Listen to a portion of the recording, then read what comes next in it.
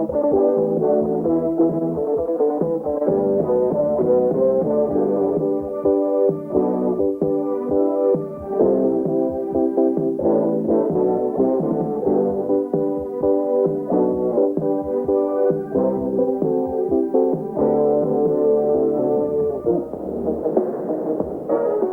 star des vagues, la coqueluche des photographes.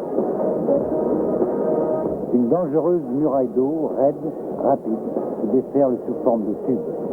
Une lèvre qui se projette avec une puissance pouvant atteindre plus d'1 tonne par centimètre carré.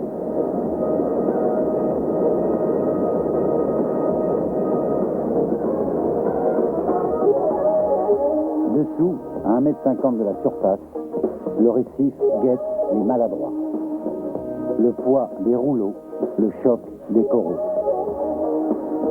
Prudent, Tom Carroll, lui, il aborde 4 pieds. Pipeline. Sunset, un autre endroit mythique. On y surfe depuis 40 ans. Certains l'ont baptisé la vague olympique. Découvrons-la avec l'Hawaïen Tony Moni. Un pic au large, l'outside, très raide.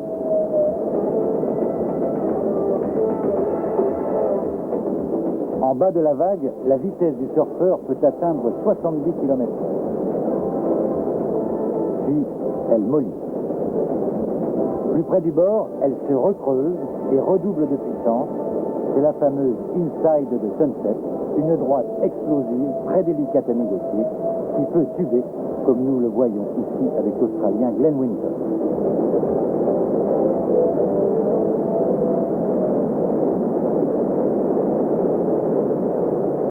Français engagé dans le circuit pro, le Tahitien a réalisé un parcours honorable lors de la Billabong. Parti des profondeurs des éliminatoires, il atteint les 16e de finale, échouant ici contre l'Anglais Martin Potter, non sans s'être fait d'abord remarquer lors du tour 2. Prenant le départ avec 8 minutes de retard, il n'avait pas consulté sa montre, l'étourdi. Il réussit malgré tout à passer 3 tubes dans le quart d'heure de course restant et gagne la série. Sacré poteau. 2 janvier, la Billabong.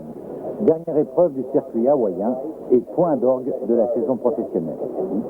Tout va donc se jouer ici pour le titre de champion du monde qui d'ores et déjà ne peut échapper aux Australiens tant ils ont survolé le circuit cette saison.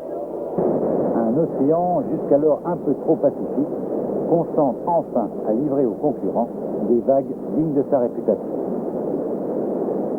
Premier des favoris à entrer dans l'arène, Hardman affronte en 8e de finale Mark Okilupo, un autre Australien, maillot blanc ici. Bon choix de vague pour Hardman, mais il l'exploite mal, manque d'expérience sans doute, et il se fait cueillir par la lèvre. Okilupo, un surfeur super doué, puissant, capable du pire et du meilleur, aujourd'hui c'est le meilleur.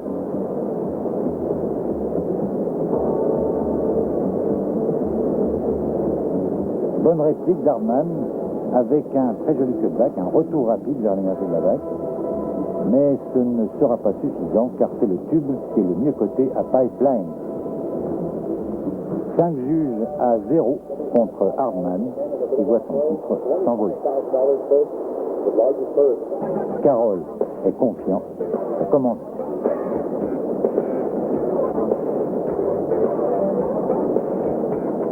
Hollande en backside sur ce tube, c'est-à-dire dos à la vague, avec en supplément un petit levac pour les connaisseurs. Carroll a déjà pris 3 bonnes vagues quand il va commettre la bourde de sa vie. Regardez.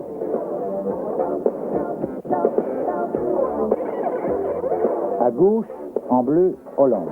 À droite, en blanc, Carroll. Les juges ont accordé la priorité à Hollande. Tom Carroll n'a pas le droit de prendre cette vague, même pas de ramée. C'est pourtant ce qu'il va faire. Voilà. Interférence de rame, dit le règlement. Cela va coûter très très cher à l'Australien. Et pourtant, il s'en est fallu d'un rien qu'il renverse la situation. Une seconde de plus sur sa planche à la sortie de ce tube, et il gagnait. Toute la détresse du monde dans ses yeux.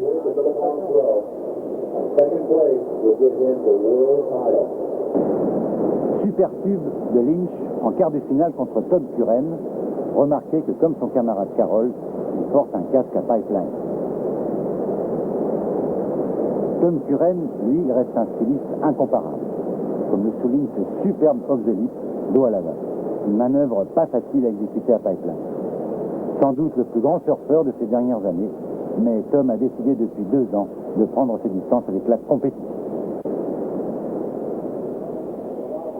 Ayant sorti Curren, Lynch accède en demi-finale, une demi-finale capitale pour lui. S'il la gagne, il est champion du monde. Il est opposé à Glenn Winton, maillot bleu, un autre Australien. Excellente prise de vague de Mr. X, comme on l'appelle sur le circuit.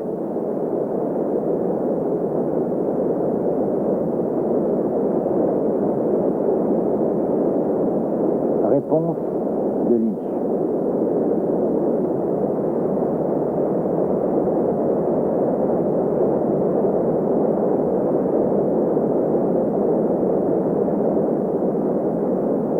Malgré cet excellent tube de Lynch, la marge reste très étroite entre les deux hommes. Si Glenn Winton marque des points sur la vague suivante, Lynch a perdu.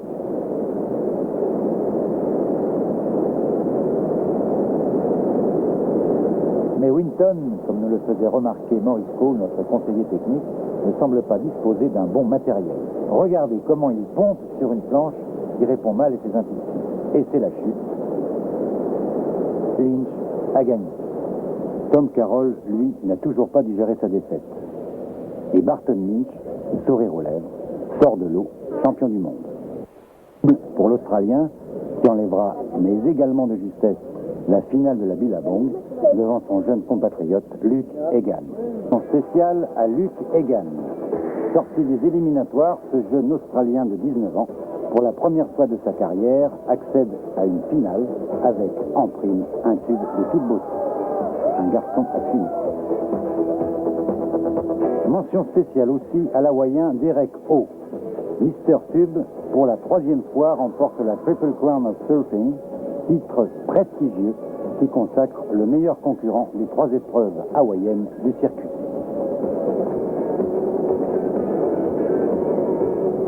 Mention spéciale enfin à Todd Holland, le cascadeur de Floride, auteur des plus beaux wipeouts, des plus belles gamelles, si vous préférez, de cette Billabong.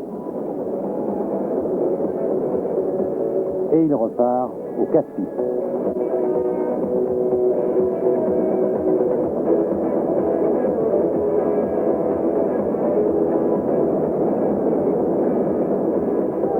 Au classement final, la palme revient à l'Australie, qui place 7 des siens dans les 10 premiers. VTA David, premier français, termine à la 45e place. Bonne remontée du Tahitien. À noter chez les femmes la victoire finale de l'américaine Frida Zamba. On les appelle les Big Weight Riders, les surfeurs de grosses vagues. Ils chevauchent les grands fauves liquides qui crachent leur écume dans cette redoutable baie de Waimea. Comme Mark Fu, Keone Downing, Derek Dorner, Ken Bradshaw ou Clyde Aikau, ils lancent de perpétuels défis à l'océan. Courage ou folie, quel que soit leur âge ou leur condition, ils sont tous dévorés par la même passion, la vague. La vague ne se mesure pas en mètres, dit-on, mais à la peur qu'elle inspire. Une peur qui fait toujours partie de leur voyage. Est-ce que je vais remonter? Je fais mes adieux en espérant m'en sortir.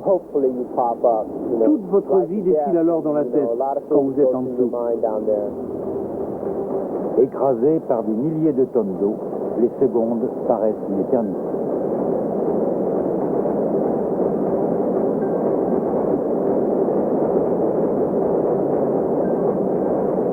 Si vous leur demandez pourquoi ils recherchent cette confrontation dramatique avec l'océan, comme Derrick, ils vont vous répondre.